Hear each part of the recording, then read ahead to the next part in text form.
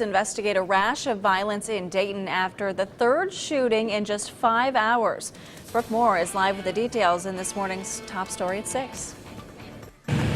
I'm here at Dayton Police Headquarters, where investigators are trying to determine if two of those shootings are in fact related. Now, the most recent incident happened late last night around 11:30, and officials say it appears to be a drive-by shooting. They pulled up to the scene here on Germantown Street and found a crowd of people outside. Two of them had been shot in the leg. One of those victims had multiple gunshot wounds in one leg, and his injuries appeared life-threatening, bringing homicide crews to the scene to investigate. The victims were taken to Miami Valley Hospital. Meanwhile, crews talked to people in the crowd, and Lieutenant Wendy Stiver says that they believe a dark gray Charger pulled up, and people inside the car started shooting at the group of people. She tells us there were several weapons involved, given multiple shell casings which covered the ground.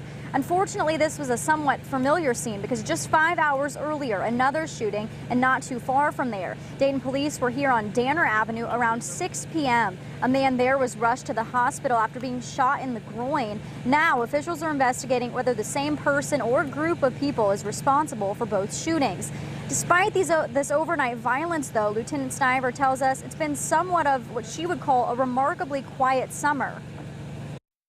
We've had very few incidents and very few serious incidents this summer. And so, you know, we have seen problems in the past here at the Sort of Bass, but nothing seriously recent. All three victims involved in those shootings are expected to recover, and Lieutenant Stiver is asking for anyone who may have seen anything, including that suspect vehicle, the dark gray Charger, to call Crime Stoppers at 222-7867. And coming up in the next half hour, Lieutenant Stiver tells us about their recent efforts to crack down on violence just like this in Dayton neighborhoods and why she's calling those efforts a team effort. We'll tell you about that coming up. Reporting live, I'm Brooke Moore, 2 News Today.